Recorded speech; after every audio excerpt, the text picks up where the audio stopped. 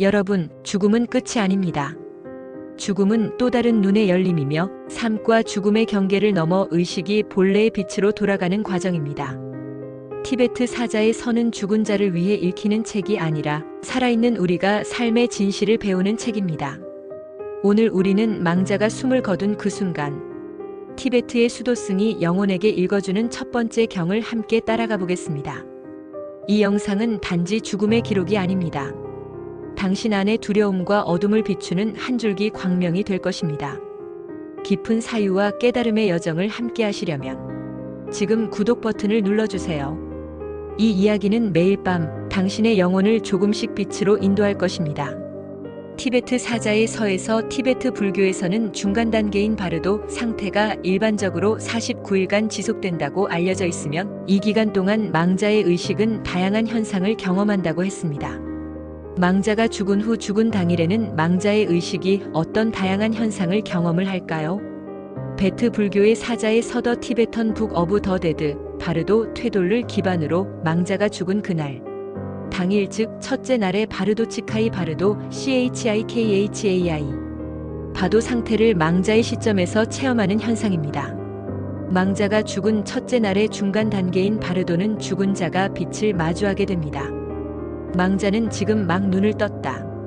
그러나 이상하다. 몸이 없다. 손을 움직여 보려 하지만 손끝이 없다.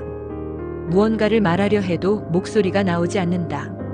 그 순간 망자는 깨닫는다. 아, 나는 이미 죽었구나. 몸은 침대 위에 고요히 누워있고 가족들이 내 주위를 둘러싸고 있다. 아내는 내 손을 잡고 흐느끼며 울고 있다. 내 자식은 눈물을 삼키며 스님, 목사님, 신부님이 읽는 연불, 성경의 소리를 듣는다. 그러나 그들의 울음소리는 멀리서 들려오는 바람소리처럼 희미하다. 그들은 나를 보지 못하고 나는 그들에게 닿을 수 없다. 아무리 소리쳐도 그들은 내 목소리를 듣지 못한다. 이것이 중간 단계인 바르도, 바도, 즉 삶과 다음 생 사이의 중간 세계의 시작이다. 첫째 날은 순수한 광명이 출현합니다. 순간 눈부신 순백의 빛이 나타난다. 태양보다 밝고 세상 어떤 빛보다도 순수한 빛이다. 그것은 눈을 태우는 것이 아니라 영혼의 어둠을 태운다. 그 빛 속에서 나는 내 생애를 본다. 어린 시절의 미소, 부모의 손길, 욕망과 분노에 흔들렸던 젊은 날들, 그리고 후회로 얼룩진 말년까지. 망자가 죽은 첫날, 영혼은 스스로의 이름을 잃는다. 하늘이 낮게 깔리고 방 안에는 조용한 숨소리 하나만이 남았다.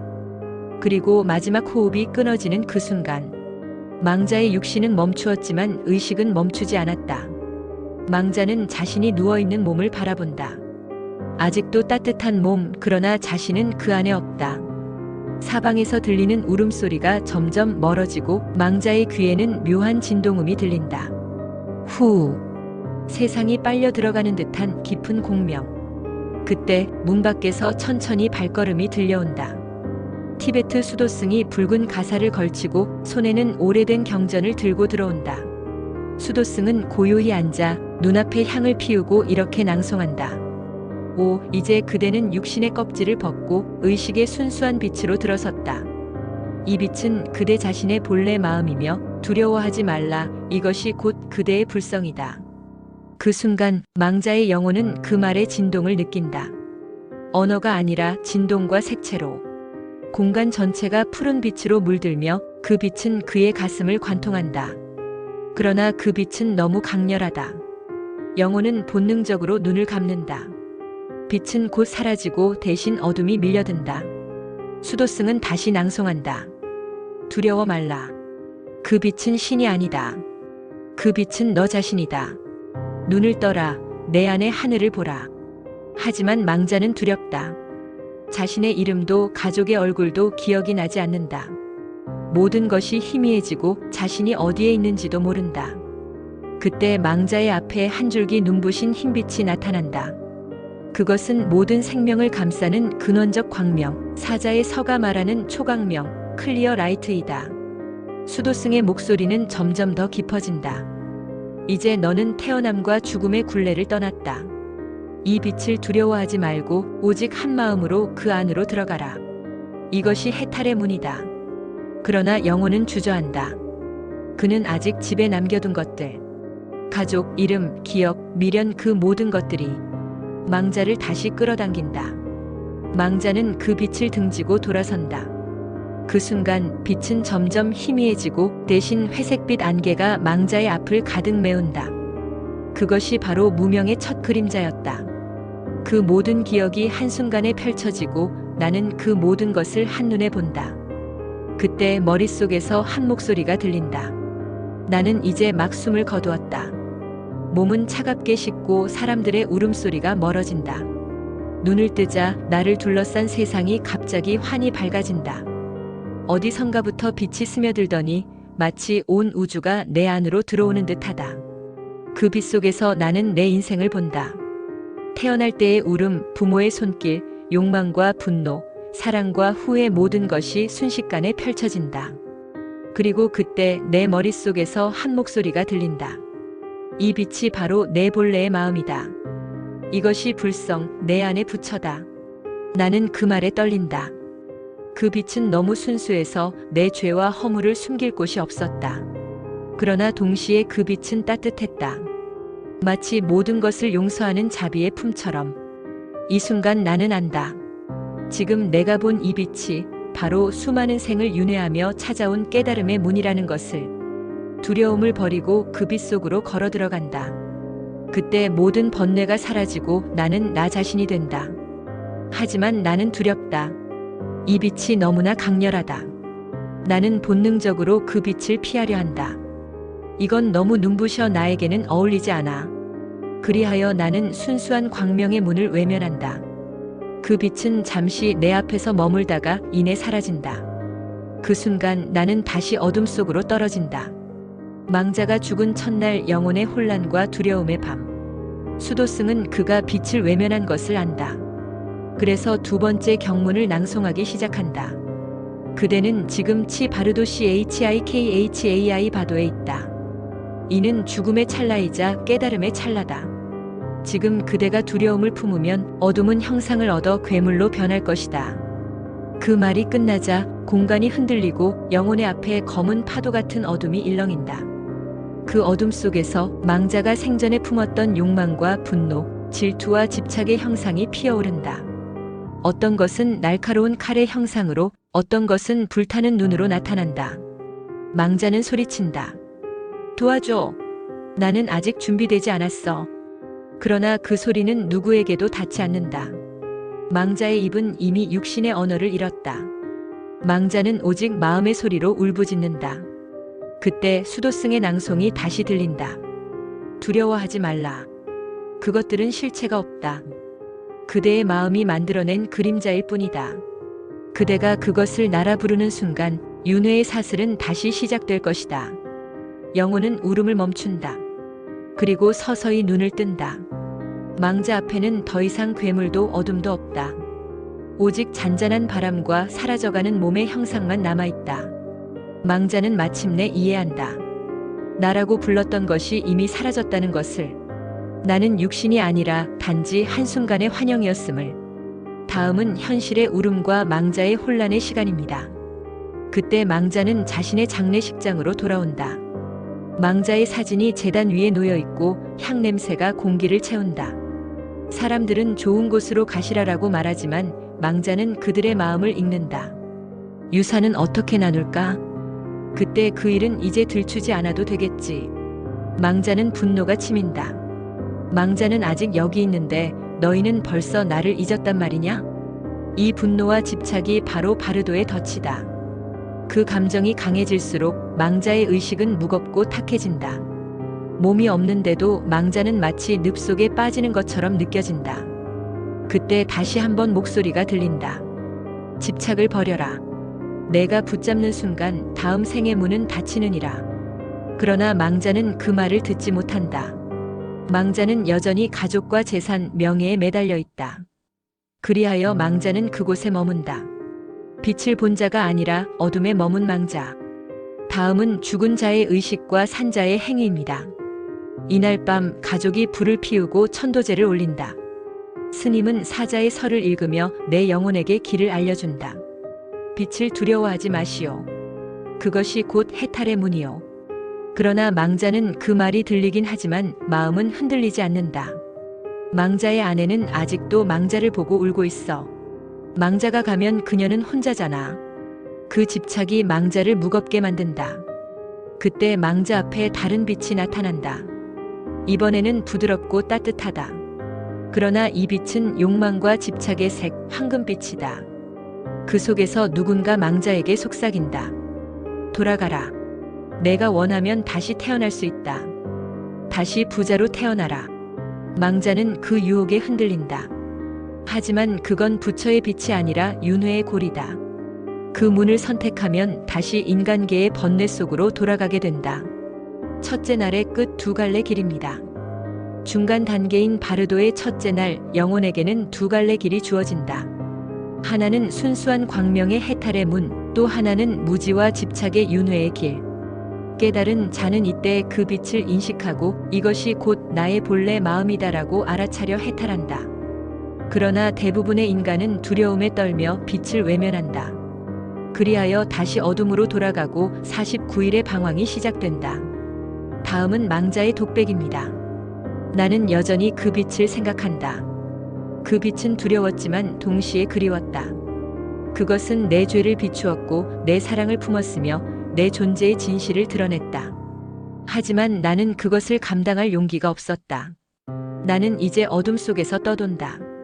중간 단계인 바르도의 긴 여정이 이제 막 시작되었다. 그리고 나는 안다. 이 길의 끝에는 내가 스스로 만든 업의 결실이 기다리고 있다는 것을. 결론적으로 티베트 불교에서 망자는 죽은 첫날 자신의 참된 본성의 빛과 마주합니다.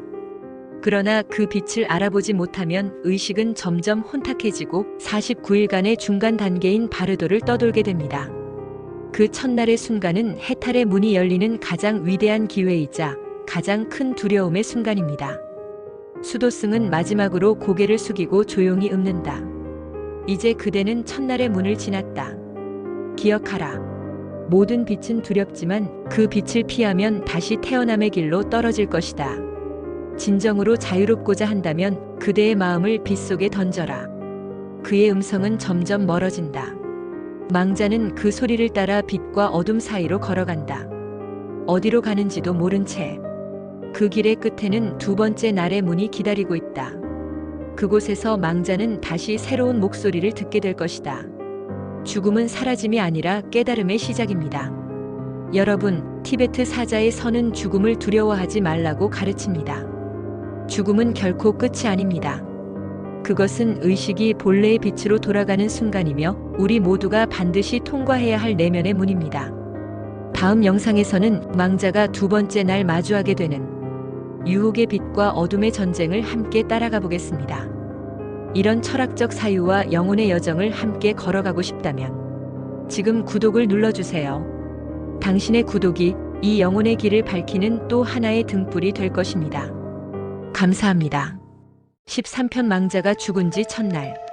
죽음은 사라짐이 아니라 의식의 해방이다.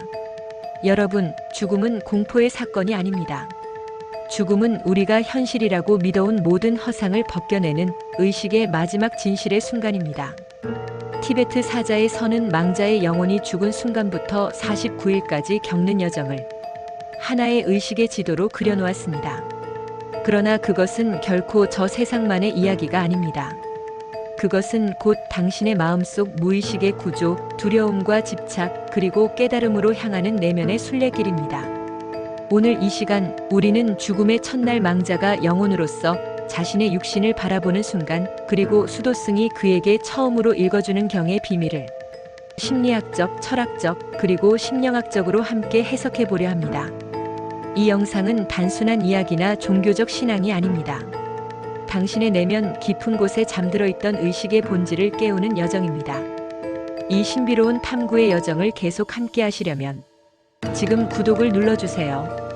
이 채널은 죽음을 말하지만 사실은 삶의 진실을 이야기합니다. 망자가 죽은 지 첫날 죽음의 문이 열릴 때 의식의 붕괴와 무의식의 각성을 합니다. 심장은 멈췄고 숨결은 사라졌다.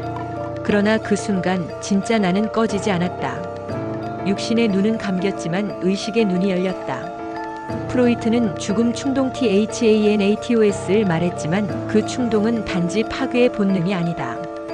그것은 자기 통합을 향한 귀소 본능, 자아를 해체하고 무의식과 합일하려는 근원적 욕망이다. 죽음의 첫 찰나 영혼은 이 해체의 기쁨과 소멸의 공포를 동시에 경험한다. 자아는 사라지고 무의식은 확장된다. 의식은 이제 자신의 육신을 내려다보며 묻는다. 나는 누구인가? 저기 누워있는 그 몸이 나인가? 이 질문이 시작될 때 이미 바르도바도 중음의 문은 열려있다. 여기서 바르도바도 중음이란 죽음과 다음 생 사이에 존재하는 중간 상태 또는 과도기를 의미합니다. 티베트 불교에서는 이 바르도 기간을 삶의 본질을 깨닫고 윤회에서 벗어날 수 있는 중요한 기회로 여깁니다. 대부분의 중생은 이 기간 동안 깨달음을 얻지 못하고 자신의 업보에 따라 다음 생으로 향하게 됩니다. 결론적으로 바르도는 죽음이 끝이 아니라 또 다른 의식의 여정이며 이 기간을 통해 자신의 진정한 모습을 깨닫고 윤회를 벗어날 수 있는 가능성이 있다는 티베트 불교의 핵심 가르침을 담고 있습니다. 망자가 죽은 지 첫날 수도승의 진원 소리의 진동이 영혼에 미치는 영향입니다. 수도승이 입을 열 때 그의 목소리는 단순한 언어가 아니다. 그것은 주파수와 파동의 형식으로 영혼에 진동한다. 심령학에서는 죽은 직후의 영혼이 감각기관을 벗은 순수한 파동체로 존재한다고 본다. 즉, 영혼은 귀로 듣지 않고 파동으로 진동을 느낀다. 따라서 수도승의 진언은 영혼의 공명체를 깨우는 소리다. 그는 이렇게 읊는다. 오, 이제 그대는 육신의 껍질을 벗었도다. 두려워 말라. 그대가 보는 모든 것은 그대의 마음이 만든 그림자이니라. 이때 영혼은 소리의 진동을 따라 빛을 본다. 심리학적으로 말하면 이것은 감각의 통합이 무너지고 무의식의 상징적 세계가 떠오르는 순간이다. 망자가 죽은 지 첫날의 초강명 자기 본성의 빛과에 조우합니다. 사자의 선은 말한다. 죽음 직후 영혼은 가장 순수한 빛을 본다. 그 빛은 부처의 빛이며 동시에 너 자신의 빛이다. 철학적으로 이 초강명은 존재의 근원, 즉 현상 이전의 본질을 상징한다. 플라톤의 이데아, 노자의 도, 스피노자의 신적 실체. 모두 같은 본질의 이름이다. 그러나 인간의 영혼은 그 빛을 감당하지 못한다. 왜냐하면 그 빛은 모든 거짓된 자아를 녹이기 때문이다. 빛 앞에서 나는 사라지고 진실만 남는다. 그래서 대부분의 영혼은 본능적으로 빛을 피해 어둠 속으로 숨는다. 이것이 바로 윤회의 첫걸음이다. 망자가 죽은 지 첫날, 두려움의 그림자가 무명과 자아의 저항이 시작됩니다. 영혼이 빛을 피하는 순간 무명의 그림자가 그를 감싼다. 심리학적으로는 자아의 방어기제가 발동하는 것이다. 자신의 존재가 사라지는 공포를 견딜 수 없기에 의식은 다시 익숙한 형태의 이름, 얼굴, 기억으로 돌아가려 한다.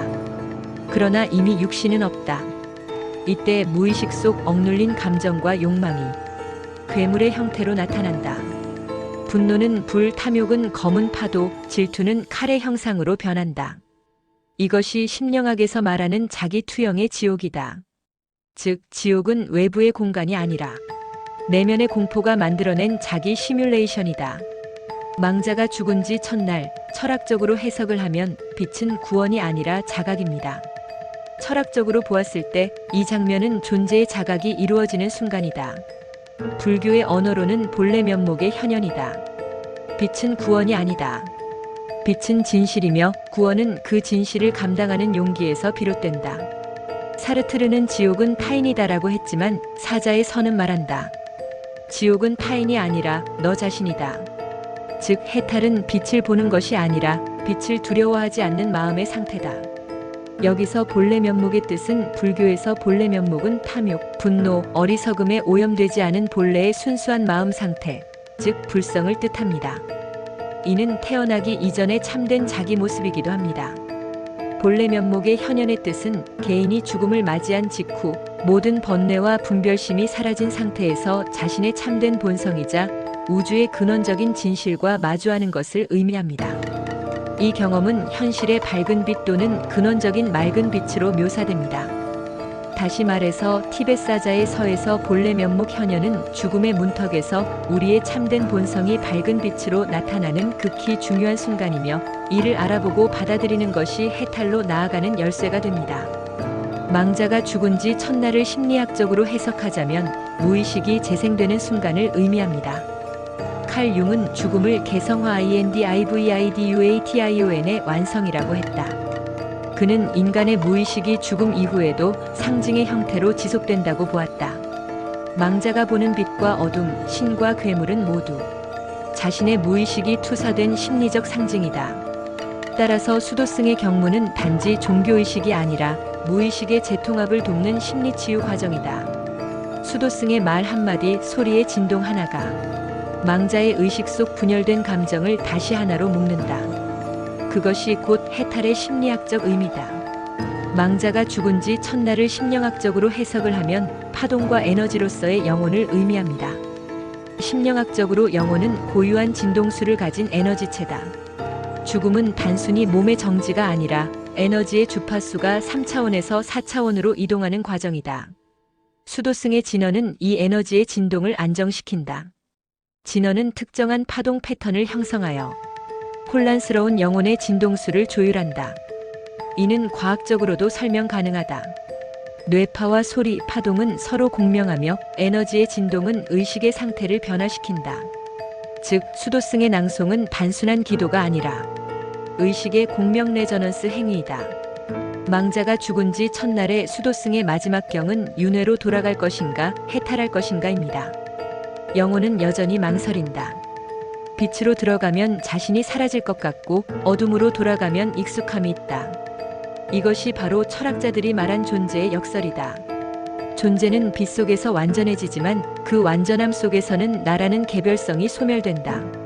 그래서 많은 영혼은 다시 태어난다. 이름을 얻고 가족을 만나고 사랑과 미움을 다시 경험한다. 그것이 윤회의 순환이다. 그러나 수도승은 마지막으로 속삭인다. 그대는 이미 부처이니 더 이상 태어날 필요가 없다. 빛 속으로 들어가라. 그곳에는 시작도 끝도 없다. 망자가 죽은 지 첫날은 죽음은 끝이 아니라 나를 비추는 거울입니다. 여러분, 티베트 사자의 서가 우리에게 가르치는 것은 명확합니다. 죽음은 사라짐이 아니라 내면의 진실이 드러나는 순간입니다. 죽음의 첫날, 영혼은 두려움을 통해 자신의 마음을 처음으로 바깥에서 바라봅니다. 그것이 바로 진정한 자기인식의 시작입니다. 이 영상이 당신에게도 한 줄기 깨달음의 빛이 되기를 바랍니다. 삶과 죽음, 빛과 어둠, 존재와 무의 경계를 함께 사유하고 싶다면 지금 구독을 눌러주세요. 이 채널은 죽음의 이야기를 빌려 삶의 진실을 비추는 거울입니다. 다음 영상에서는 망자가 죽은 둘째 날에 맞이하는 신들의 빛과 욕망의 환영에 대해 다루겠습니다. 구독은 단순한 클릭이 아니라 당신의 영혼을 빛으로 이끄는 하나의 의식적 행위입니다. 감사합니다. 여러분, 이 영상은 세상과 저 세상의 경계를 넘나드는 영혼의 여정입니다. 티벳 사자의 서 바도 TH-달, 죽은 자를 위한 경전이자 살아있는 자를 위한 깨달음의 지도서. 오늘 우리는 망자가 죽은 바로 그날, 숨이 멎고 시간이 멈추며 의식이 몸을 떠나는 첫째 날의 경전을 함께 따라가 보겠습니다. 죽음이란 끝이 아닙니다. 그것은 새로운 문이 열리는 찰나이며 그 문을 건너는 자의 의식은 빛과 어둠, 공포와 자각, 그리고 사랑과 집착 사이를 오갑니다. 이 여정을 함께 걸으며 죽음을 통해 삶의 진정한 의미를 다시 사유해 보시길 바랍니다. 그리고 이 채널이 전하는 고전의 지혜와 영혼의 깨달음의 여정을 계속 이어가고 싶으시다면 지금 구독 버튼을 눌러주세요. 여러분의 마음속에도 지혜의 등불을 하나 밝혀드리겠습니다. 첫 번째, 망자가 죽은 지 당일, 숨이 멎은 그 순간 의식의 문이 열리다. 조용한 새벽, 숨이 마지막으로 끊어지는 순간 세상은 아주 잠깐 정지합니다. 티벳의 수도승은 그 찰나를 의식의 문이 열리는 때라 부릅니다. 그 문은 보이지 않지만 누구나 한 번은 통과해야 하는 문. 망자의 마지막 숨이 미세하게 끊어질 때 수도승은 조용히 망자의 머리맡에 다가갑니다. 그는 향을 피우고 종을 흔들며 망자의 오른쪽 귀에 입을 대고 아주 낮은 목소리로 속삭입니다. 이제 그대의 육신은 버려졌다. 그러나 그대는 아직 죽지 않았다. 의식은 여전히 머문다. 빛을 두려워 말라. 그것이 곧 그대의 본래 면목이다. 그 음성은 마치 바람처럼 부드럽고 그러나 종소리처럼 맑게 울려 퍼집니다. 죽음의 방안은 한순간에 고요해지고 향의 연기만이 천천히 하늘로 올라갑니다. 그때 망자의 영혼은 자신이 누워있는 육신을 바라봅니다. 심장은 멈췄고 사람들은 울고 있지만 자신의 의식은 여전히 깨어 있습니다. 나는 지금 어디 있는가? 영혼은 놀란 듯 자신의 손을 내밉니다. 그러나 그 손은 더 이상 실체가 없습니다. 공기를 쥐려 하지만 손은 공기 속으로 스며듭니다. 그때 수도승의 낭송이 이어집니다. 두려워하지 말라. 지금 내가 보는 어둠은 끝이 아니라 시작이다. 너는 이제 바르도 곧 중음의 세계에 들어섰다. 눈앞에 찬란한 빛이 나타날 것이다. 그것이 너의 본래 마음이다. 두 번째 망자가 죽은 지 당일. 영혼이 떠나는 길, 심장의 문이 닫히는 순간이다. 망자의 의식은 이제 몸을 완전히 떠납니다. 티베트의 전통에서는 영혼이 심장을 통해 마지막으로 몸을 떠난다고 합니다. 심장의 중심에서 따뜻한 기운이 사라지고 그 자리에 투명한 바람이 일어납니다. 그 바람이 머리 위로 스쳐 지나가면 영혼은 자유로워집니다. 그 순간 수도승은 더욱 낮은 목소리로 주문을 외웁니다. 옴마니 파드메 훔. 연꽃의 보배를 본 자여 그 빛을 따라가라. 여기서 옴마니 파드메 훔은 자비의 화신인 관세음보살의 거룩한 마음을 기리는 주문으로 연꽃 속의 보석이여라는 뜻을 담고 있습니다. 이 진언은 깨달음을 향한 수행과 자비 실천을 상징하며 중음바르도의 세계에서 망자가 윤회의 고통에서 벗어나도록 돕는 역할을 한다는 뜻입니다. 옴의 뜻은 수행자의 불완전한 몸, 말, 마음을 부처의 깨달은 경지로 정화함을 상징합니다. 마니의 뜻은 보석이라는 뜻으로 자비와 깨달음을 향한 이타적인 의도를 나타냅니다. 파드메의 뜻은 연꽃이라는 뜻으로 지혜와 번뇌로부터 벗어나 청정한 진리에 이르는 것을 상징합니다. 훔의 뜻은 지혜와 자비라는 두 가지 요소를 하나로 통합하여 깨달음에 이르는 과정을 의미합니다. 이때 영혼은 자신이 공중에 떠 있음을 느낍니다. 망자의 발 아래에는 망자 자신의 시신이 누워있고 사람들은 향을 피우며 울고 있습니다. 그러나 영혼에게는 그 모든 장면이 영화처럼 느리게 재생됩니다.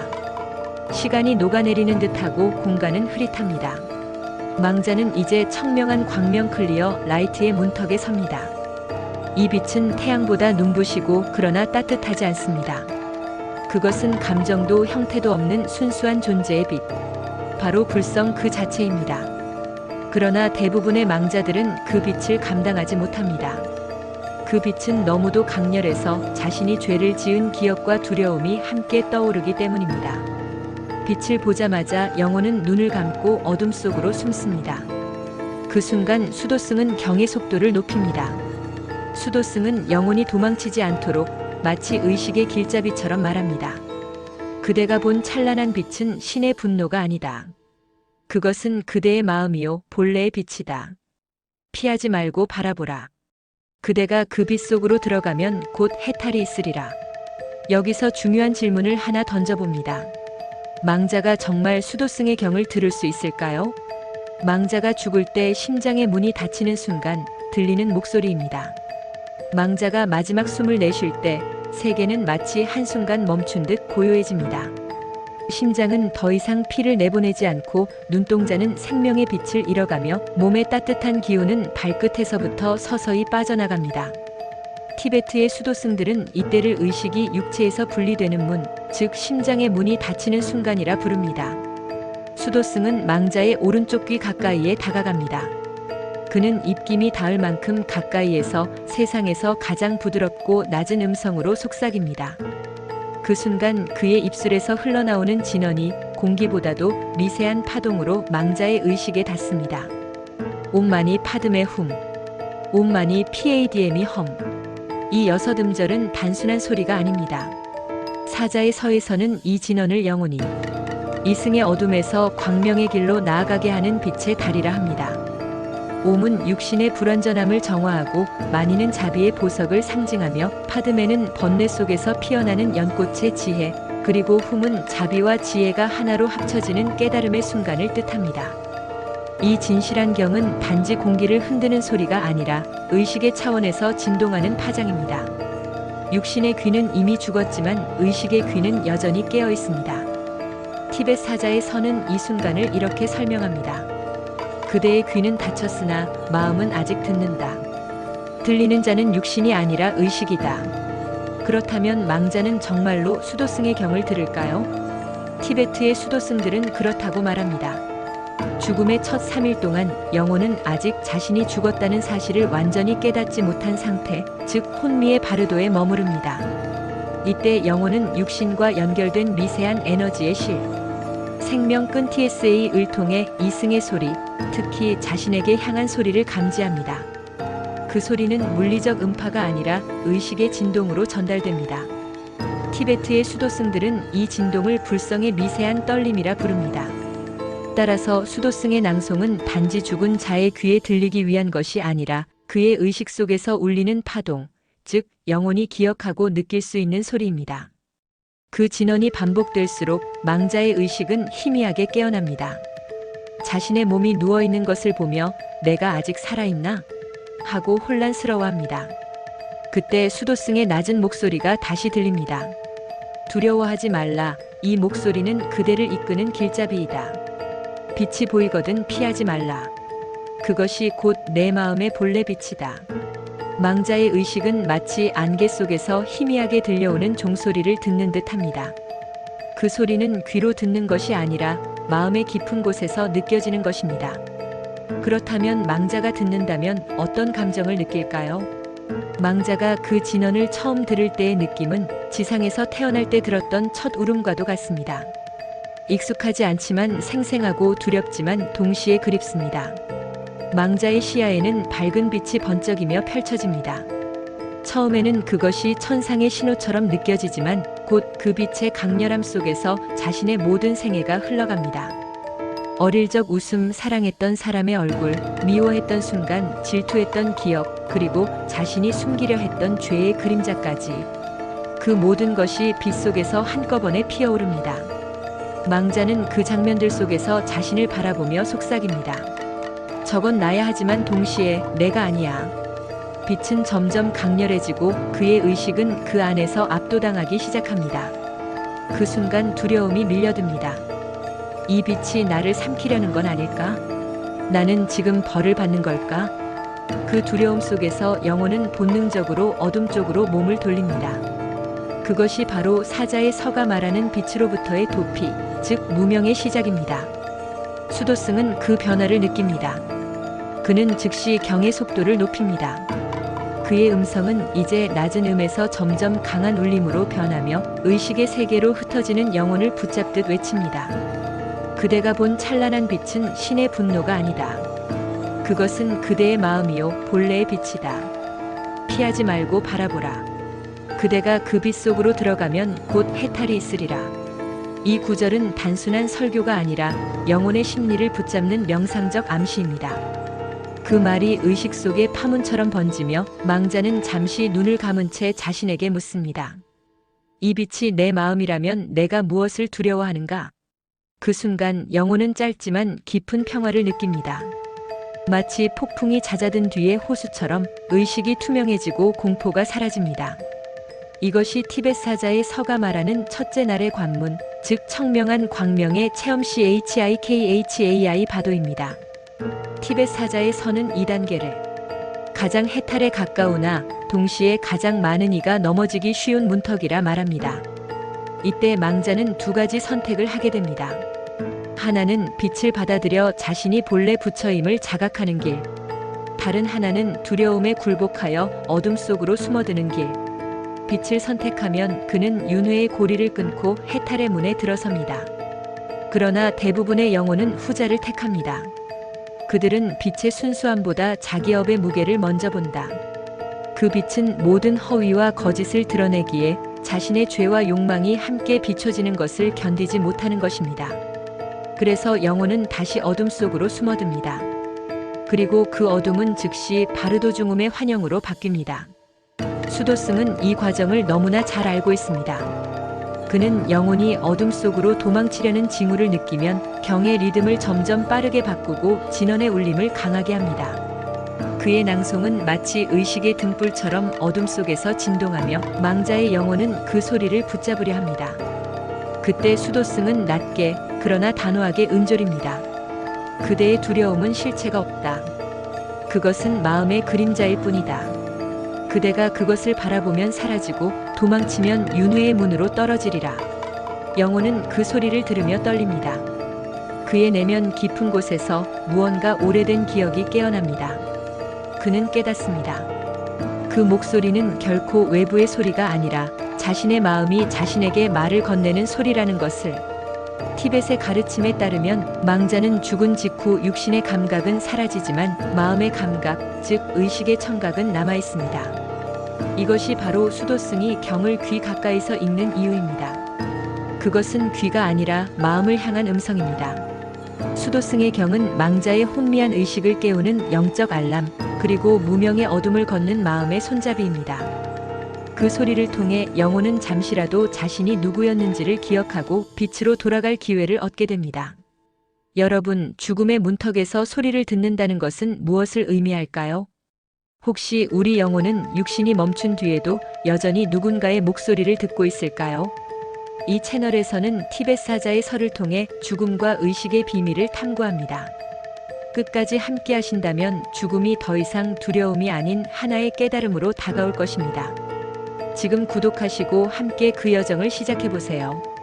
제가 예전에 병문안을 간 적이 있습니다. 폐암이 뇌로 전이되어 의사가 이틀 내로 돌아가실 겁니다라고 말하던 환자였습니다. 그는 산소호흡기에 의지한 채 말도 못하고 천장만 바라보고 있었지요. 하지만 가족들이 이렇게 말했습니다. 말도 못하고 보지도 못하지만 듣는 건 다 알아듣는다고 하더라고요. 그 말이 제 마음에 오래 남았습니다. 정말 그럴까요? 죽음의 문턱에서 인간은 아직도 듣는 존재일까요? 그리고 그 청각은 티벳 수도승이 망자에게 경을 읽어줄 때 영혼이 듣는 것과 같은 걸까요? 티벳 사자의 선은 말합니다. 죽음은 단번에 닫히는 문이 아니라 8개의 문이 순서대로 닫혀가는 과정이다. 티벳 불교에서는 숨이 멎은 뒤에도 의식이 즉시 사라지지 않는다고 봅니다. 의식은 마지막까지 심장의 중심부에 남은 미세한 바람, 즉 심맥 속에서 머물며 잠시 동안 세상과 연결되어 있습니다. 그래서 수도승들은 망자가 숨을 멈추자마자 그의 이름을 부르고 이렇게 속삭입니다.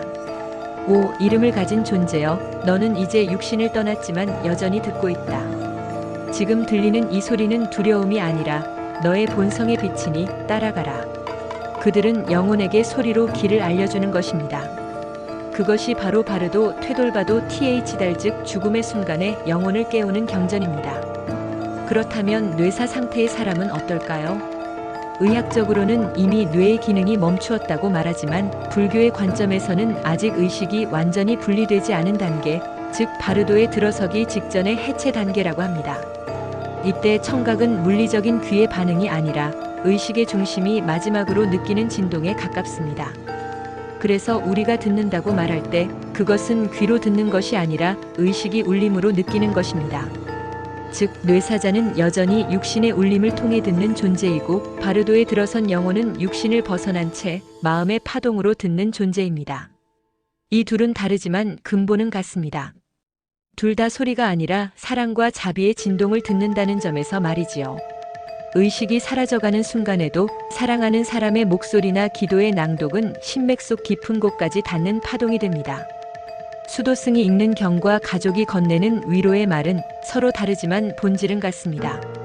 모두 두려움 속에서 길을 잃은 존재에게 방향을 알려주는 소리이기 때문입니다. 불교에서는 2단계를 빛과 어둠이 교차하는 문턱이라 부릅니다. 그 문턱에서 들리는 한마디의 기도, 한 줄의 자비는 그 어떤 의학적 약보다 강력한 치유가 될 수 있습니다. 현대 과학은 말합니다. 뇌파가 사라지면 의식은 끝난다.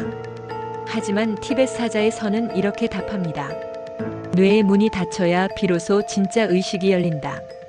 물질이 멈추는 순간 의식은 오히려 더 순수한 형태로 깨어난다는 것입니다. 그래서 불교에서는 죽음 이후의 듣기를 단순한 청각이 아닌 자각으로 봅니다. 그것은 소리를 듣는 것이 아니라 존재를 깨닫는 것이기 때문입니다. 여러분, 죽음은 끝이 아닙니다. 그것은 듣는 방식이 바뀌는 것일 뿐입니다. 육신으로 들을 때는 귀로 듣지만 영혼으로 들을 때는 사랑으로 듣습니다. 그래서 죽음 앞에서 우리가 해야 할 일은 두려워하거나 울부짖는 것이 아니라 자비로운 한마디의 소리로 그 영혼을 인도하는 것입니다. 세 번째 망자가 죽은 지 당일 의식의 거울, 생전의 삶이 되돌아오다. 어둠 속에서 망자는 자신이 살았던 생의 모든 순간을 봅니다. 그것은 심판이 아니라 의식의 자기인식입니다. 시간은 존재하지 않습니다. 과거, 현재, 미래의 모든 기억이 한순간에 폭포처럼 쏟아집니다. 그는 자신이 웃던 날을 봅니다. 사랑했던 사람들, 미워했던 사람들, 욕망, 질투, 분노, 후회. 그 모든 것이 한꺼번에 되살아납니다. 그때 수도승은 경을 계속 읽습니다. 그대가 지금 보는 모든 형상은 내 마음이 만든 환영이다. 그것을 선이라 여기지도 악이라 여기지도 말라. 다만 바라보라. 마음이 스스로를 깨달을 때 그대는 자유로워지리라. 하지만 대부분의 영혼은 그 경의 뜻을 이해하지 못합니다. 그들은 여전히 자신이 살아있다고 믿습니다. 집으로 돌아가려 하고 가족을 부르며 세상을 향해 손을 뻗습니다. 그러나 그들의 목소리는 아무도 듣지 못합니다. 이승의 귀에는 닿지 않습니다. 네 번째 망자가 죽은 지 당일 가족의 울음소리와 미련의 사슬, 수도승은 이때 망자의 가족들에게 말합니다. 지금 이 영혼은 울음소리를 듣고 있습니다. 그의 미련을 자극하지 마십시오. 조용히 그가 빛을 따라가도록 기도하십시오. 그러나 현실에서 가족들은 오열합니다. 그 울음은 영혼을 붙잡습니다. 망자는 그 소리에 이끌려 돌아보지만 갈 곳은 없습니다. 망자는 점점 혼란에 빠집니다. 나는 죽은 게 아닐지도 몰라. 왜 아무도 내 말을 듣지 않지? 이때 수도승은 다시 망자의 귀에 대고 속삭입니다. 그대는 이미 죽었다. 그러나 죽음은 끝이 아니다. 내가 보는 모든 것은 내 마음의 그림자다. 빛으로 돌아가라, 그대의 본향으로. 다섯 번째 망자가 죽은 지 당일 육신의 이별과 향과 소리의 의식, 티벳에서는 망자의 몸 옆에서 향과 방울소리를 울립니다. 그 소리는 단순한 의식이 아니라 영혼이 방향을 잃지 않도록 돕는 나침반입니다. 수도승은 경을 이어 읽으며 망자의 의식을 빛으로 인도합니다. 지금 내 앞에 무한한 광명이 펼쳐진다. 그것은 내 마음의 거울이며 모든 존재의 근원이다. 그곳에 두려움이 없다. 오직 순수한 알아차림만 있다. 그때 영혼은 잠시 평화의 감정을 느낍니다. 울음소리와 세상의 소리가 멀어지고 망자는 광대한 빛의 공간 속으로 미끄러지듯 들어갑니다. 이것이 바로 첫째 날의 광명 체험입니다. 그 빛 속에서 그는 깨닫습니다. 나는 사라진 것이 아니라 존재의 또 다른 형태로 존재하고 있다. 여섯 망자가 죽은 지 당일 의식의 환영과 빛과 어둠의 경계가 다가옵니다. 하지만 평화는 오래가지 않습니다. 갑자기 빛이 흐려지고 어둠의 구름이 밀려듭니다. 영혼은 불안해합니다. 그때 어둠 속에서 낯선 형상들이 나타납니다. 자신이 두려워했던 사람들, 미워했던 얼굴들, 모든 공포가 그림자처럼 형태를 얻습니다. 수도승은 경을 높입니다. 그대의 마음이 흔들릴 때 모든 환영이 형체를 얻는다. 그것은 내가 만든 공포이니 마음을 다스리면 사라지리라. 그 말은 곧 심리적 바르도, 즉 마음이 스스로 환영을 만드는 단계의 시작입니다. 일곱 번째 망자가 죽은 지 당일에는 수도승의 음성과 이승과 저승의 다리에서 서게 됩니다. 밤이 깊어가며 가족들이 잠들면 수도승은 다시 홀로 경을 읽습니다. 촛불이 흔들리고 향연기가 하늘로 피어오릅니다. 수도승은 망자의 이름을 부르며 말합니다. 그대여, 이제 빛의 길을 떠나야 한다. 세상에 미련을 두지 말라. 내가 쌓은 선업은 내 앞에 꽃이 되어 피고 악업은 그림자 되어 뒤따르리라. 그 목소리에 영혼은 잠시 멈춰섭니다. 망자는 이제 자신이 선택해야 함을 압니다. 빛으로 향할 것인가, 그림자에 머물 것인가. 그 선택이 곧 윤회의 첫걸음이 됩니다. 여덟 번째 망자가 죽은 지 당일에 깨달음의 문턱에서 두려움을 넘어서 수도승은 마지막으로 조용히 속삭입니다. 모든 공포는 마음의 그림자다. 그대가 그 그림자를 껴안으면 그것은 곧 빛이 되리라. 이 순간 두려움을 초월하라. 그대는 이미 부처의 자리 위에 있다. 이때 영혼은 스스로의 내면에서 맑은 울림을 듣습니다. 망자는 더 이상 외부의 목소리를 듣지 않아도 됩니다. 그 목소리는 이제 자신의 마음속 부처, 즉 자각의 소리입니다. 그 순간 모든 두려움이 사라집니다. 망자는 빛 속으로 스며듭니다. 그리고 그 빛 속에서 한 줄기 깨달음을 얻습니다. 죽음은 소멸이 아니라 마음이 자기 자신으로 돌아가는 길이었다. 9번째 망자가 죽은 당일 영혼의 첫날이 끝납니다. 이렇게 티벳의 수도승은 죽은 첫날 밤이 새도록 경을 읽습니다. 수도승의 음성은 영혼이 길을 잃지 않도록 하는 영적 지도자의 언어이자 살아있는 자들에게는 삶의 무상함을 일깨우는 가르침이 됩니다. 죽음은 누구에게나 오지만 그 순간을 깨달음의 문으로 바꾸는 것은 오직 마음뿐입니다. 여러분, 우리는 사랑하는 사람의 마지막 순간을 함께하지 못했을 때 오랫동안 마음의 짐을 지고 살아갑니다. 그날 내가 곁에 있었다면, 마지막으로 손이라도 잡아드렸다면, 이런 죄책감 한 번쯤 느껴보신 적 있으시죠? 오늘은 그 질문에 티벳 사자의 서가 들려주는 대답을 함께 나누어 보려 합니다. 죽음의 순간 영혼은 과연 혼자가 될까요? 아니면 우리가 모르는 또 다른 방식으로 여전히 곁에 있을까요? 이 채널에서는 죽음과 영혼, 그리고 의식의 비밀을 다루고 있습니다. 깊은 이야기 함께 나누고 싶다면 구독 버튼을 눌러주세요. 이제 이야기를 시작하겠습니다. 티벳 사자의 서는 이렇게 말합니다. 숨이 멎어도 의식은 잠시 머문다. 그것은 심장의 중심에서 일어나는 미세한 바람, 즉 심맥 속에 남아 세상과 연결되어 있다. 이 심맥은 눈에 보이지 않지만 마치 꺼져가는 등잔의 마지막 불씨처럼 남아있는 생명의 흔적입니다. 그 불씨는 아주 짧게 몇 시간 혹은 몇 날 동안 세상의 울림과 진동을 느끼고 있습니다. 그래서 티벳 수도승들은 망자의 숨이 멎자마자 그의 이름을 부르고 이렇게 속삭입니다. 오, 이름을 가진 존재여, 그대는 이제 육신을 떠났지만 여전히 듣고 있다. 지금 들리는 이 목소리는 두려움이 아니라 그대의 본성의 빛이니 따라가라. 이 순간 수도승의 목소리는 단순한 소리가 아니라 의식을 깨우는 진동이 됩니다. 그 진동이 영혼을 두려움에서 해탈로 이끄는 길잡이가 되지요. 망자가 임종 때 가족이 곁에 있을 때의 의미란 무엇일까요? 그렇다면 가족이 그 자리에 함께 있어 기도를 하거나 손을 잡아주는 것은 어떤 의미가 있을까요? 티벳 사자의 서의 가르침에 따르면 망자의 영혼은 숨이 멎은 후에도 사랑하는 이들의 감정의 진동을 감지할 수 있습니다. 즉, 가족이 곁에서 조용히 마음을 모으고 자비와 사랑으로 기도할 때 그 진동은 망자의 심맥 속에 미세한 파동처럼 스며듭니다. 이것이 바로 의식의 다리입니다. 보이지 않는 다리이지만 그 다리를 통해 영혼은 나 혼자가 아니구나라는 평화를 느낍니다. 그래서 티벳에서는 임종 순간을 마지막 배웅의 의식이라 부릅니다. 손을 잡아주는 것, 이름을 불러주는 것, 그리고 두려워하지 말라며 조용히 기도해주는 것. 망자가 생전에 믿었던 종교의 경전이나 성경을 읽어주는 것, 이 모든 행위가 영혼이 어둠 속으로 도망치지 않고 빛으로 향하는 길을 잊지 않게 돕는 작용을 한다고 봅니다. 그런데 현실은 언제나 이상과 다르죠. 병원에서는 면회 제한이 있고 갑작스러운 이별은 예고 없이 찾아옵니다. 그래서 많은 분들이 이렇게 말합니다. 나는 마지막을 지켜보지 못했어. 그래서 늘 죄스러워. 하지만 티벳 사자의 서는 이렇게 말합니다. 그대가 사랑의 마음을 보냈다면 그대는 이미 그곳에 있었다. 불교에서는 마음은 공간의 제약을 받지 않는다고 봅니다. 사랑과 자비의 마음은 눈에 보이지 않지만 시간과 공간을 초월해 전해집니다. 따라서 당신이 그날 곁에 있지 못했더라도 그 순간 마음속으로 부모님을 떠올리고 있었다면 그것이 바로 참된 동행의 기도입니다. 영혼은 말보다 깊은 마음의 진동을 먼저 알아차립니다. 그 사랑의 진동이 바로 영혼이 빛으로 향하는 길의 등불이 됩니다.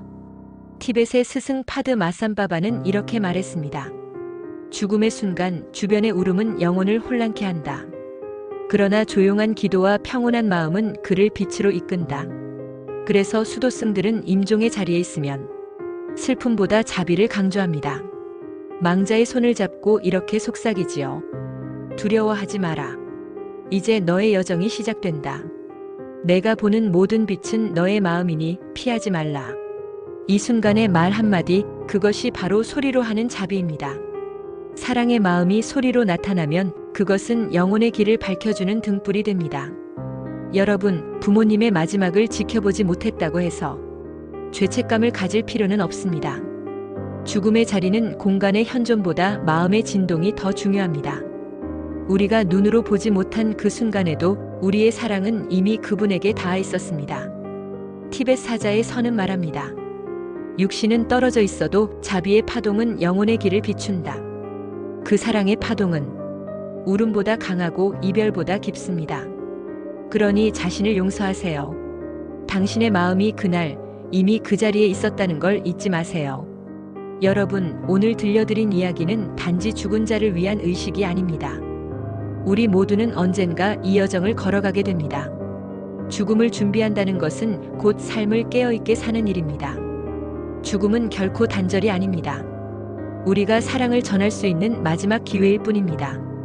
지금 이 영상을 보신 여러분, 혹시 아직 마음속에 남은 죄책감이 있다면 오늘 밤 잠들기 전 조용히 부모님을 떠올리며 이렇게 속삭여보세요. 이제 평안히 가세요.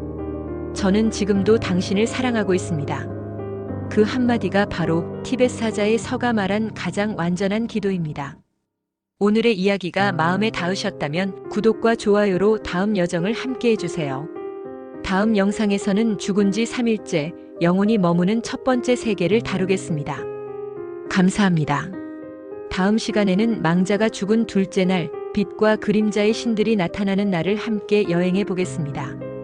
죽음은 끝이 아니라 또 하나의 깨달음이다. 티벳 사자의 서 망자가 죽은 지 첫날 철학적으로 해석을 해보면 여러분, 죽음은 끝이 아닙니다. 티베트의 수도승들은 죽음의 순간을 문이라 부릅니다. 그 문은 끔찍한 종말이 아니라 우리가 존재의 근원으로 되돌아가는 통로이기 때문입니다. 오늘 영상은 티베트 사자의 서가 전하는 죽은 첫날, 즉 의식이 몸을 떠나는 순간의 경전을 기반으로 합니다. 하지만 단순히 불교의 교리로만 해석하지 않겠습니다. 여기에는 심리학적 진실이 있고 신학적 계시가 있으며 신령학적 체험의 근거가 있고 철학적으로는 존재와 자아의 해체라는 깊은 사유가 숨어 있습니다. 그 신비의 문을 지금 함께 열어보겠습니다. 그리고 이 영혼의 여정을 계속 함께 걸어가고 싶으시다면 구독 버튼을 눌러주세요. 이 채널은 여러분의 영혼의 길 위에 빛을 비추는 등불이 될 것입니다. 망자가 죽은 지 첫날 숨이 멎는 순간 영혼은 깨어난다. 티베트에서는 사람이 숨을 거두는 순간을 큰 눈이 열리는 때라고 말합니다. 수도승은 망자의 오른쪽 귀에 입을 대고 조용히 속삭입니다. 이제 그대의 몸은 꺼졌지만 의식은 여전히 밝다. 두려워 말라. 지금 보이는 빛은 그대의 참된 본성이다. 그 말이 끝나자 영혼은 몸을 떠납니다. 육신은 차갑지만 의식은 맑고 투명합니다. 망자는 자신이 누워있는 모습을 내려다보며 어리둥절합니다. 나는 죽었는가? 아니면 여전히 살아있는가? 이것을 심리학적 해석해보면 이 순간은 무의식이 전면으로 떠오르는 순간입니다. 프로이트는 자아이고가 해체되면 억눌린 무의식이 드러난다고 말했습니다. 죽음은 바로 그 해체의 과정입니다. 그동안 사회적 자아, 역할, 이름, 직업으로 덮여있던 진짜 나가 껍질을 벗고 드러나는 순간입니다. 따라서 영혼이 처음 보는 그 눈부신 빛은 종교적으로는 불성이지만 심리학적으로는 자기 셀프, 즉 융시, 지, 융이 말한 통합된 자아의 상징이라 할 수 있습니다. 그러나 사람은 대부분 이 빛을 감당하지 못합니다. 그 빛 속에는 자신이 회피해온 진실이 있기 때문입니다. 망자가 죽은 지 첫날 숨이 멎는 순간 영혼은 깨어난다. 기독교에서는 이 순간을 영혼이 하나님 앞에 나아가는 때라 봅니다. 사도 바울은 몸을 떠나 주와 함께 있는 것이 곧 영광이라고 했습니다. 고린도후서 5장 8절. 빛은 성경에서 곧 하나님의 임재를 상징합니다. 그러므로 이 빛은 불성의 빛이자 동시에 하나님의 얼굴의 광채입니다. 그러나 죄로 덮인 인간은 그 빛을 감당하지 못하고 고개를 돌립니다. 티베트의 영혼이 빛을 두려워하듯 인간은 하나님의 진리를 두려워하여 숨습니다. 망자가 죽은 지 첫날 숨이 멎는 순간 영혼은 깨어난다. 신령학에서 이 순간을 에테르체이티헤리시 바디의 분리로 설명됩니다. 육체가 꺼지는 동시에 영혼은 가벼운 에너지 형태로 변하여 물리적 시공간을 초월합니다. 그는 여전히 가족의 울음소리를 듣고 향의 냄새를 맡습니다. 그러나 그 감각은 이제 영적 감각으로 전환되어 있습니다. 이때 수도승의 경은 단순한 말이 아니라 진동의 파동입니다. 그 파동은 영혼의 진동수에 공명하며 방향을 잡아줍니다. 망자가 죽은 지 첫날 숨이 멎는 순간 영혼은 깨어난다를 철학적 해석하자면 하이데거는 인간 존재를 죽음으로 향해 가는 존재사인 -GUM-TOD이라 했습니다. 죽음은 타인의 사건이 아니라 나 자신의 가장 고유한 가능성입니다. 그 순간 자아는 세계로부터 벗어난 순수한 존재로 드러납니다. 즉, 죽음은 존재의 본질이 스스로를 드러내는 사건입니다. 수도승의 낭독은 그 본질을 두려움이 아닌 인식으로 전환시키는 의식입니다. 망자가 죽은 지 첫날 빛을 두려워 말라. 의식의 문을 여는 주문을 합니다. 영혼은 빛 앞에 섭니다. 그 빛은 너무 강렬하여 눈을 감게 만듭니다. 그러나 수도승은 단호히 말합니다. 그 빛을 외면하지 말라. 그것은 내가 두려워하는 신이 아니라 내 안의 신성이다. 망자가 죽은 지 첫날 빛을 두려워 말라. 고 의식의 문을 여는 주문의 심리학적 의미는 무엇일까요? 심리학적으로 이 장면은 트라우마의 재통합 과정을 상징합니다. 빛은 억눌린 자아의 진실, 즉 우리가 직시하지 못했던 기억과 죄책감의 덩어리입니다. 빛을 본다는 것은 그 억압된 심리를 다시 마주하는 일입니다. 대부분의 영혼이 그 빛을 피하는 이유는 자신이 만든 고통을 보고 싶지 않기 때문입니다. 망자가 죽은 지 첫날 빛을 두려워 말라. 고 의식의 문을 여는 주문의 신학적 의미란 기독교 신학에서는 이 순간을 양심의 심판대라 부릅니다. 요한복음은 빛이 세상에 왔으나 사람들이 어둠을 더 사랑하여서 도달하 했습니다. 그 빛은 예수 그리스도의 진리이며 인간은 그 빛을 두려워하여 스스로를 가립니다. 그러나 바로 그 빛이 영혼을 정화하고 새롭게 합니다. 죽은 첫날의 빛은 곧 은혜의 시작입니다. 망자가 죽은 지 첫날 빛을 두려워 말라. 고 의식의 문을 여는 주문을 신령학에서는 이 빛을 아스트랄 비체스트럴 라이트이라 부릅니다. 그것은 우주의 근원적 의식이며 모든 존재가 돌아가야 할 진동의 원천입니다. 영혼이 그 빛 속으로 들어가면 개별적 기억과 감정은 녹아 사라지고 오직 순수한 존재의 감각만 남습니다. 그러나 아직 집착이 남은 영혼은 그 문턱에서 멈춥니다. 망자가 죽은 첫날 빛을 두려워 말라. 고한 의식의 문을 여는 주문을 철학적으로 어떤 의미일까요? 플라톤은 동굴의 비유에서 사람이 처음 태양의 빛을 보면 눈이 멀어 도망친다고 했습니다. 빛은 진리의 상징이지만 그 진리를 직시하는 일은 고통스럽습니다. 죽음의 순간이란 동굴에서 끌려 나온 영혼이 처음으로 진리의 태양을 마주하는 장면입니다. 그 순간의 공포는 바로 깨달음의 고통입니다. 망자가 죽은 첫날 삶이 거울처럼 펼쳐지고 업과 기억의 심리극이 연출됩니다. 빛을 피한 영혼은 곧 환영 속으로 빠집니다.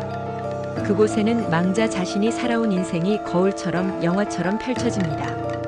어릴 적 웃음, 분노, 탐욕, 사랑, 질투, 배신 모든 순간이 동시에 나타납니다. 망자는 판결을 받지 않습니다. 그저 스스로의 행위가 낳은 파동을 다시 체험할 뿐입니다. 망자가 죽은 첫날 삶이 거울처럼 펼쳐지고 업과 기억의 심리극이 연출되는 것을 심리학적 해석하자면 이 장면은 기억의 총체적 회상 라이프 리뷰입니다. 앤디 임사 체험을 겪은 사람들 대부분이 삶의 전 장면이 한순간에 스쳐갔다고 말합니다. 이는 뇌의 전두엽이 꺼질 때 억눌린 기억이 동시적으로 해방되는 현상으로도 설명되지만 그 심리적 본질은 자기 통합 셀프 인터그레이션입니다. 죽음은 인격의 붕괴가 아니라 오히려 의식의 통합 과정입니다. 티벳 사자의 서망자가 죽은 첫날 삶이 거울처럼 펼쳐지고 업과 기억의 심리극이 연출되는 것을 신학적으로 해석하자면 기독교에서는 이를 양심의 고발로 해석합니다. 하나님은 심판자가 아니라 거울이십니다. 그분 앞에서 우리는 스스로의 행위를 보게 됩니다. 따라서 지옥의 불이란 외부의 형벌이 아니라 자신의 죄를 마주보는 내면의 불길입니다. 티벳 사자의 서망자가 죽은 첫날, 삶이 거울처럼 펼쳐지고 업과 기억의 심리극이 연출되는 것을 신령학적으로 해석하자면 신령학에서는 2단계를 카르마의 재인식이라 합니다. 영혼은 자신이 만든 모든 원인과 결과를 동시에 경험합니다. 망자는 자신이 준 고통을 그대로 느끼고 망자 자신이 베푼 사랑을 그대로 돌려받습니다. 이것이 심판이 아니라 자기 정화의 과정입니다. 티벳 사자의 서망자가 죽은 첫날, 삶이 거울처럼 펼쳐지고 업과 기억의 심리극이 연출되는 것을 철학적으로 해석하자면 칸트는 양심은 내 안에 있는 법정이라 했습니다. 이 장면은 바로 그 내적 법정이 열리는 순간입니다. 죽음은 외부의 사건이 아니라 자신의 도덕적 이성이 스스로를 판단하는 가장 순수한 이성의 행위입니다. 티벳 사자의 서망자가 죽은 첫날, 수도승은 가족들에게 울지 말라고 합니다. 수도승은 가족에게 말합니다. 울음소리는 영혼을 붙잡습니다. 망자의 길을 막지 마십시오. 그러나 사람들은 오열합니다. 그 울음은 진동이 되어 영혼을 붙잡습니다. 망자는 돌아보며 가족 곁에 머뭅니다. 그것이 애착 어태치먼트의 시작입니다. 티벳 사자의 서망자가 죽은 첫날, 수도승은 가족들에게 울지 말라를 심리학적으로 해석하자면 프로이트는 죽음 본능 THANATOS과 삶의 본능이라스이 공존한다고 말했습니다. 죽음 후의 집착은 아직 이라스가 완전히 사라지지 않은 상태입니다. 즉, 생의 욕망이 남아있어 의식이 현실 세계에 붙잡혀 있는 상태입니다. 그 울음은 망자의 무의식을 자극하여 해탈을 늦춥니다. 티벳 사자의 서망자가 죽은 첫날, 수도승은 가족들에게 울지 말라를 신학적으로 해석하자면 성경은 누구든지 나를 따르려거든 자기 십자가를 지고 나를 따르라 했습니다. 죽음은 그 자기 십자가의 완성입니다. 가족의 슬픔은 사랑이지만 동시에 하나님의 뜻을 붙잡는 인간의 손입니다. 그래서 신학에서는 하나님께 맡긴다는 것이 곧 사랑의 완성이라 봅니다. 티벳 사자의 서망자가 죽은 첫날, 수도승은 가족들에게 울지 말라를 신령학적으로 해석하자면 영혼은 진동에 끌립니다. 가족의 슬픔, 원망, 미련은 낮은 파동으로 작용해 영혼을 다시 지상계에 묶습니다. 그래서 수도승은 향과 방울 소리로 그 파동을 전환시키는 것입니다. 방울은 차크라의 문을 여는 진동이고 향은 에테르의 통로를 청정하게 하는 도구입니다. 여기서 차크라의 뜻은 육체적, 정신적 에너지의 중심점을 의미하며 산스크리트어로 바퀴를 뜻합니다. 이 에너지 중심점을 통해 생명의 힘이 흐르며 티베트 불교의 맥락에서 죽음 이후 사후 세계의 경험과 관련된 정신적 작용을 이해하는 중요한 개념입니다. 두 번째 에테르의 뜻은 에테르는 물질의 집합체인 세곤과 관련된 개념으로 죽음 이후 생명의 에너지인 프라나 생명력과 머무는 에테르 전기 상태를 의미합니다.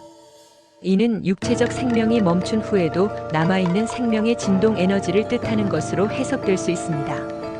에테르 상태는 육체적인 죽음 이후에도 존재하며 죽은 자의 생명력이 머무르는 비물질적 또는 에너지적 상태를 나타냅니다. 티벳 사자의 서망자가 죽은 첫날, 수도승은 가족들에게 울지 말라를 철학적으로 해석하자면 니체는 모든 집착은 반복을 낳는다고 했습니다. 영혼이 미련에 사로잡히면 망자는 다시 윤회의 회전으로 돌아갑니다. 그러나 미련을 끊으면 망자는 영원 회귀의 굴레에서 벗어나 영원한 현재로 들어갑니다. 티벳 사자의 서망자가 죽은 첫날, 수도승은 두려움을 넘어 존재로 돌아가라 고 합니다. 마지막으로 수도승은 이렇게 속삭입니다. 그대는 이미 죽었으나 진실로는 아직 태어나지 않았다. 그대의 본향은 빗속에 있다. 두려움을 넘어서라. 그대는 곧 스스로의 신을 만나리라. 그 순간 영혼은 미세한 떨림 속에서 한 줄기 깨달음을 얻습니다. 나는 사라진 것이 아니라 나의 참된 자아로 돌아가는 중이다. 티벳 사자의 서망자가 죽은 첫날을 종합적으로 해석하자면 심리학적으로는 무의식의 통합, 신학적으로는 영혼의 구원, 신령학적으로는 진동의 상승, 철학적으로는 존재의 자각, 이 모든 것이 같은 사건을 서로 다른 언어로 표현한 것일 뿐입니다. 죽음의 첫날은 곧 존재가 자기 자신을 기억하는 날입니다. 여러분, 오늘 우리는 티베트의 경전을 통해 죽음의 첫날을 함께 걸었습니다. 그러나 이 이야기는 망자만의 이야기가 아닙니다. 살아있는 우리 또한 매일 작은 죽음과 부활을 반복하고 있습니다. 매일의 두려움 속에서, 매일의 어둠 속에서 우리는 끊임없이 빛으로 돌아가는 길을 연습하고 있습니다. 이 영상이 여러분의 삶 속에 작은 깨달음의 빛이 되었다면 이 채널을 구독해주세요. 다음 시간에는 망자가 죽은 둘째 날 분노의 신들이 나타나는 바르도의 세계를 심리학적 신학적 시각으로 함께 탐구하겠습니다. 죽음은 사라짐이 아니라 존재가 자신을 기억하는 과정이다.